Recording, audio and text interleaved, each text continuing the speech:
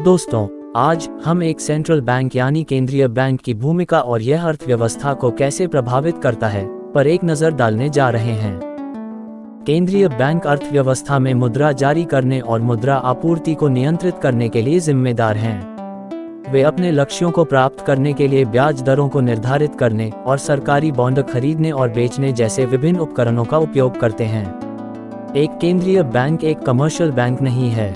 एक व्यक्ति केंद्रीय बैंक में खाता नहीं खोल सकता है या उससे लोन नहीं मांग सकता है, और एक सार्वजनिक निकाय के रूप में यह नॉन प्रॉफिट ऑर्गेनाइजेशन है। केंद्रीय बैंक के मुख्य लक्ष्यों में से एक मूल्य स्थिरता या कम इन्फ्लेशन यानी कम मुद्रास्फीति को बनाए रखना है। यह उपभोक्ताओं के लिए रहने की लागत को वहन करने में मदद करता है और व्यवसायों के लिए भविष्य की योजना बनाना आसान बनाता है। केंद्रीय बैंक की एक अन्य महत्वपूर्ण भूमिका बैंकिंग प्रणाली की स्थिरता सुनिश्चित करने और वित्तीय संकटों को रोकने के लिए बैंकिंग प्रणाली को विनियमित और पर्यवेक्षण करना है। केंद्रीय बैंक भी अंतिम उपाय के ऋणदाता के रूप में कार्य करते हैं, जो तनाव के समय बैंकों को धन मुहैया कराते हैं। केंद्रीय बैंक स्वतंत्र संस्थान हैं जो सरकार द्वारा नियंत्रित नहीं होते हैं, लेकिन वे अक्सर आर्थिक लक्ष्यों को प्राप्त करने के लिए इसके साथ मिलकर काम करते हैं।